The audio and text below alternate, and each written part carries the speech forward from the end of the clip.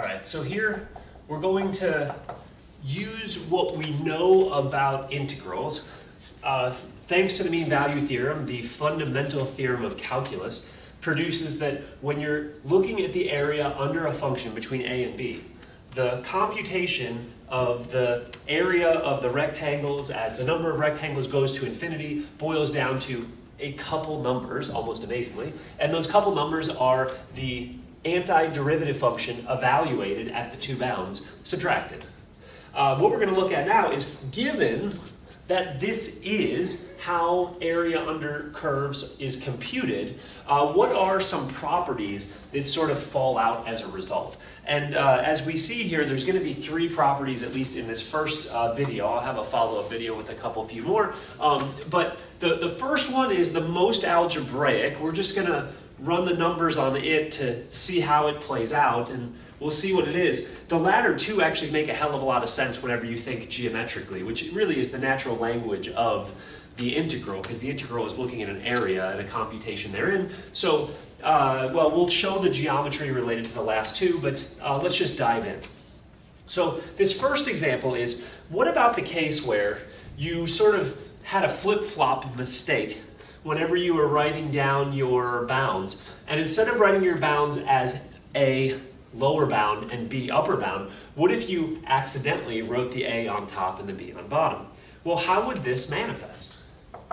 Well, you know how to compute the value of the area under this curve, just like you always do. Just follow the rule. You do capital F of the top bound minus capital F of the bottom bound. Just following the algebraic pattern here. But you see, this is different from the area under the curve. They're related, but it's different. How are they related? Well, you see, if you took what is written here and you subtracted out a negative, what is negative, f of b, would become positive. What is positive would become negative. So factoring out the negative now gives you exactly what the area under the curve would be. And so f of b minus f of a, that is the area under the curve precisely. So, the long story short here on the first principle, and I'll put it in a nice box here, is to say that the integral from a to b of f of x dx, or excuse me, the integral from b to a of f of x dx is equal to the integral from a to b f of x dx with a minus sign in front. Okay, so if you flip the bounds, you flip the sign on what the integral produces. It's pure algebraic consequence of capital F of the top number minus capital F of the bottom number, so be it. Okay, what about this next guy?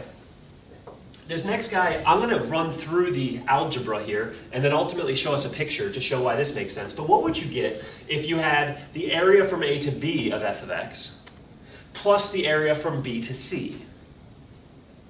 I tell you what, let me draw a picture of this. Area from a to b, that's the first integral. And the other is the area from b to c. What would you get if you added those two things together? It sure looks like the area from a to c, doesn't it?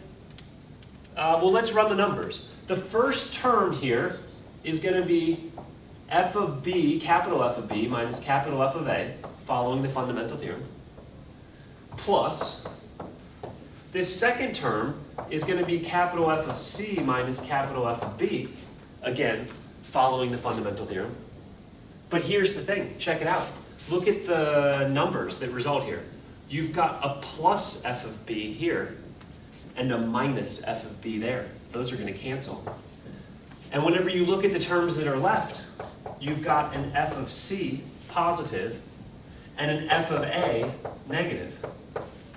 But what is capital F of c minus capital F of a? That is precisely the integral from a to c of f of x dx. So what we've done is we've algebraically shown using the fundamental theorem, an idea that we could in fact have seen geometrically. And what is that? That is to say, the area between A and B under our function plus the area between B and C is equal to the area between A and C. And well, we've got it. Okay, what about this next guy? The area between C and C. When you look at this, there's no width to your interval. There's no, you can't even build a rectangle here. There's not going to be any width to your rectangles because you can't even have any rectangles in this picture. So the assumption here, I think, is that this is going to be 0. But when you run the numbers, what do you get? Follow the fundamental theorem, capital F of C minus capital F of C. Well, I tell you what, I don't know what capital F of C is, but if I subtract it from itself, I get 0. And that actually makes perfect sense with respect to the fact that whenever we consider the integral from C to C, because the interval has no width, well, there's not going to be any area under the curve. So the integral from C to C of f of x dx, 0.